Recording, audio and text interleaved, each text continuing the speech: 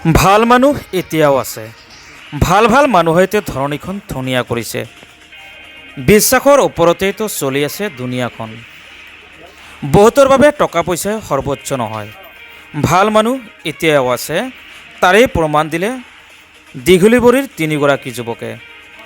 যোৱাকালি পৌতুপাৰাৰ এগৰাকী ব্যৱসায়ীয়ে দোকানৰ সামগ্ৰী আনিবলৈ এখন ই ৰিক্সাৰে গৈ আছিল শিমুলীতলালৈ। আদবাটতে হেৰুৱাইছিল দোকানৰ সামগ্ৰী কিনিবলৈ লৈ যোৱা সাঁচতীয়া ধন 50,000 টকা। তাৰ পিছতে যুৱকজনে সাঁচতীয়া ধন হেৰুৱাই শোকত ভাগি পৰিছিল। সাঁচতীয়া ধনখিনিৰ বাবে বহু বিচাৰ খোচাৰ কৰিছিল যদিও কোনো সম্ভেদ পোৱা নাছিল ধনখিনিৰ। পিছত যুৱ ব্যৱসায়ীজনে কোনো সদাশয়লোকে ধনখিনি পাই থাকিলে ঘূৰাই দিবলৈ সংবাদ মাধ্যমৰ যোগেদি জনাইছিল কাতৰ আহ্বান। সংবাদ মাধ্যমত প্ৰচাৰ হোৱাৰ পিছতে আজি তিনিগৰাকী যুৱকে হেৰাই পোৱা টকাখিনি ঘূৰাই দিয়ে যুৱ ব্যৱসায়ীজনক। যুৱ ব্যৱসায়ী হাফিজুৰ ৰহমানে ধনখিনি ঘূৰাই পোৱাৰ পিছতে আনন্দত উৎফুল্লিত হোৱাৰ লগতে ধনখিনি ঘূৰাই দিয়া লোকসকলক ধন্যবাদ জ্ঞাপন কৰে।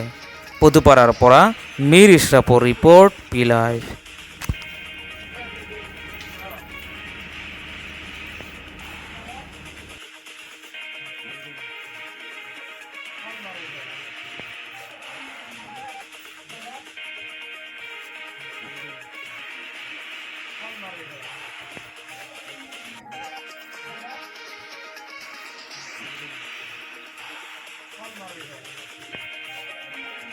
শুনিবলৈ পাইছোঁ তোমালোকে কিবা এটা পইচা মানে টকাৰ বান্দিল এটা পাইছা। ক'ৰ পৰা পাইছা, কি কেনেকৈ পাইছা কোৱা? হয়, যোৱাকালি আমি শিমিতলালৈ 2-3জন ল'ৰাই, দীঘলীপুৰী গাঁৱৰ 2-3জন ল'ৰাই শিমিতলালৈ গৈ থকা অৱস্থাত গেৰুৱা তিনিআলিত এটা টকাৰ বান্দোল পৰি থকা দেখা পাওঁ। তেতিয়া গাড়ীৰ পৰা নামি টকাৰ বান্দোলটো উঠাই লওঁ।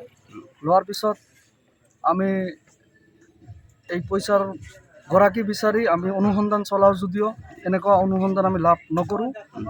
কিছু সময় পিছত আমি পি লাইভ নামৰ এটা ফেচবুক পেজত, সামাজিক মাধ্যমত আমি পইচা হেৰুৱাৰ কথাটো আমি গম পাওঁ।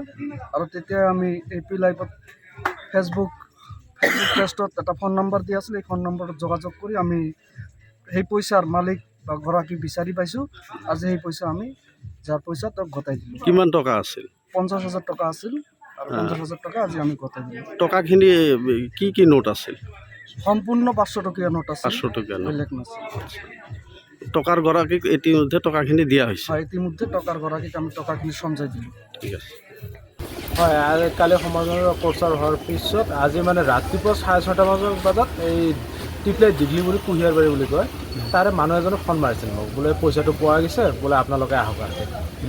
তো পিছত আমি গেলোঁ গুচি, যাৰ পিছত তেওঁলোকে 3জন মানুহ আছিল, ৰফিকুল ইছলাম, আছৰফ আলী আৰু মইনুল হক বুলি 3জন মানুহ, 3জনে পাইছিল বুলি জনায় আমাক। তাৰপিছত পইচাটো আমাক বুজাই দিয়ে। তেওঁলোকক আমি ধন্যবাদ জ্ঞাপন কৰিছোঁ আৰু লগতে আমাৰ এই নিউজ পি লাইভৰকো আমি ধন্যবাদ জ্ঞাপন কৰিছোঁ আৰু